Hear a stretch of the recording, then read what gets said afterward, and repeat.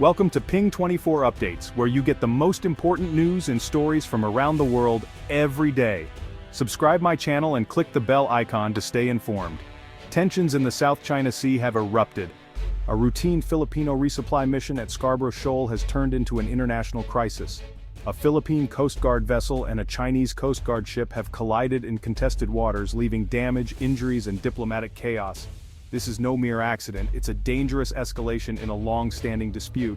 Both sides blame each other, and the risk of further conflict is higher than ever.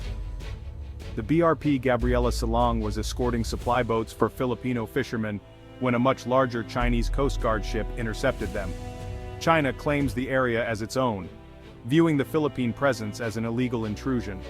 What began as routine shadowing quickly became a direct confrontation. Video shows the Chinese ship making an aggressive turn, slamming into the smaller Philippine vessel. Filipino sailors faced terror and chaos as their mission turned into a fight for survival. Scarborough Shoal, or Panatag Shoal to the Philippines, is a flashpoint, well within the Philippines' exclusive economic zone, as affirmed by a 2016 international tribunal. China rejects that ruling, enforcing its claim with overwhelming maritime force. This latest clash pushes both nations and their allies closer to a larger crisis. The fragile peace in this vital waterway now hangs by a thread. The world is watching as the South China Sea edges toward a dangerous new chapter. The stakes: international law, regional stability, and the livelihoods of thousands. The question: what happens next as the crisis deepens? The answer may shape the future of the region. In the wake of the collision, Beijing responded forcefully. The Chinese Foreign Ministry blamed the Philippines, claiming the BRP Gabriela Silang intruded into Chinese waters and caused the collision with reckless maneuvers. China painted itself as the victim, demanding a formal apology and financial compensation for damages to its Coast Guard ship. The exact amount wasn't specified, but the message was clear. China expects the Philippines to pay. This demand is a significant escalation, flipping the narrative and reinforcing China's territorial claims. Beijing warned the Philippines to halt all provocative actions, signaling to the world that it will enforce its claims with the world's largest Coast Guard. The demand for damages is part of a broader strategy, using financial and diplomatic pressure to deter future Philippine missions. For years, China has used gray zone tactics, water cannons, ramming, and swarming disputed areas with militia vessels. By demanding reparations, China is trying to set a new norm. Challenging their claims comes with a price. This is a calculated move to legitimize their control and intimidate rivals. The world is left to wonder. Will this bold posture succeed, or provoke even greater resistance? The stakes are rising and the pressure on Manila is mounting. China's message: challenge us, and you'll pay. The Philippines now faces a critical choice. Manila's response was swift and defiant. The Philippine government rejected China's claims as baseless, standing firmly behind its Coast Guard's actions.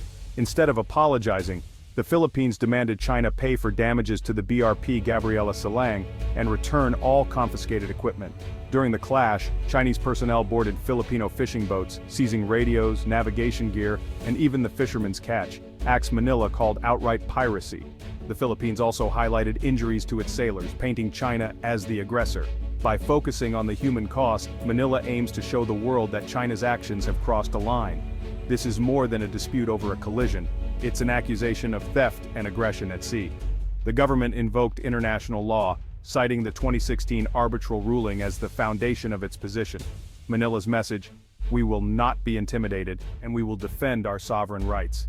This marks a shift from past caution to open defiance. The Philippines is challenging China's narrative on the world stage. The stand is for national dignity, international law, and the rights of its people. The world is watching to see if Manila's resolve will hold. The crisis has become a test of willpower and principle. The collision was just the start of a violent encounter. Eyewitnesses and video reveal a harrowing scene. The BRP Gabriela Silang faced a blockade of Chinese Coast Guard and militia vessels. Water cannons battered the Philippine ship, knocking sailors off their feet and damaging equipment. Chinese militia boats swarmed Filipino supply boats, intimidating and harassing the crews. Amid the chaos, armed Chinese personnel boarded at least 2 Filipino fishing boats, seizing vital equipment and dumping the fishermen's catch. This direct boarding marked a major escalation. At least 7 Filipino sailors were injured, including one who lost a thumb. The confrontation was not a misunderstanding. It was a calculated show of force. The message from China: we control these waters. For the Philippines, it was a brutal reminder of the risks faced by those defending their rights at sea. The violence has left scars, physical and political, that will not heal quickly. The standoff has entered a dangerous new phase. To understand the collision, look at the maneuvers. The Chinese Coast Guard ship, much larger and heavier, used its size to intimidate and block the Philippine vessel. It executed a crossing the T maneuver, cutting across the BRP Gabriela Salong's path. The Philippine ship tried to maintain course, but the Chinese vessel's aggressive turn left no room to escape. The collision was not an accident. It was a deliberate, high-risk move to impose China's will. International maritime experts condemned the Chinese ship's actions, noting that the overtaking vessel must avoid collisions. By turning into the Philippine ship's path, China violated basic navigation rules. This aggressive sailing has become a signature of China's South China Sea tactics. The incident was a predictable outcome of reckless brinkmanship. The world saw not just a maritime accident but a calculated act of intimidation. The message: in these contested waters, power often trumps the rules. The consequences could be far-reaching. The world reacted swiftly to the Scarborough Shoal incident. Allies like the US, Australia, Japan, and the EU condemned China's aggression and called for restraint. The US response was especially strong, reaffirming its defense treaty with the Philippines and warning that attacks on Philippine vessels could trigger mutual defense commitments. This raised the stakes, signaling US readiness to get involved if the crisis escalates. China's actions are seen as testing the limits of US resolve, using gray zone tactics to avoid outright war. The incident has regional players like Vietnam and Malaysia on high alert, watching to see if the Philippines can push back with international support. The outcome could reshape the balance of power in the region. If China succeeds in intimidating the Philippines, others may feel more vulnerable. If Manila stands firm, it could inspire resistance across Southeast Asia. The crisis is no longer just bilateral, it's a global flashpoint. The world is watching and the stakes have never been higher. China's position is rooted in historical claims. Insisting its sovereignty over Scarborough Shoal is indisputable. Beijing dismisses the 2016 tribunal ruling as illegitimate, framing its Coast Guard's actions as lawful enforcement. China claims it issued multiple warnings before acting, blaming the Philippine vessel for provocation. State media portrays Manila as a pawn of the US, casting the conflict as part of a larger power struggle. China's narrative: any foreign action within the 9-dash line is a violation of sovereignty. Aggressive Coast Guard tactics are justified as defense of national territory. This entrenched stance leaves little room for compromise. The dispute is now entangled in global geopolitics. The Philippines grounds its position in international law, especially UNCLOS, which grants a 200 nautical mile exclusive economic zone. Scarborough Shoal lies well within this zone, as affirmed by the 2016 Hague Tribunal, which ruled China's claims have no legal basis. Manila sees its actions as the exercise of legally affirmed rights, not provocation. The Philippines has released video and photographic evidence of Chinese aggression, waging a campaign of transparency. The message: a smaller nation upholding the law against a larger neighbor's illegal actions.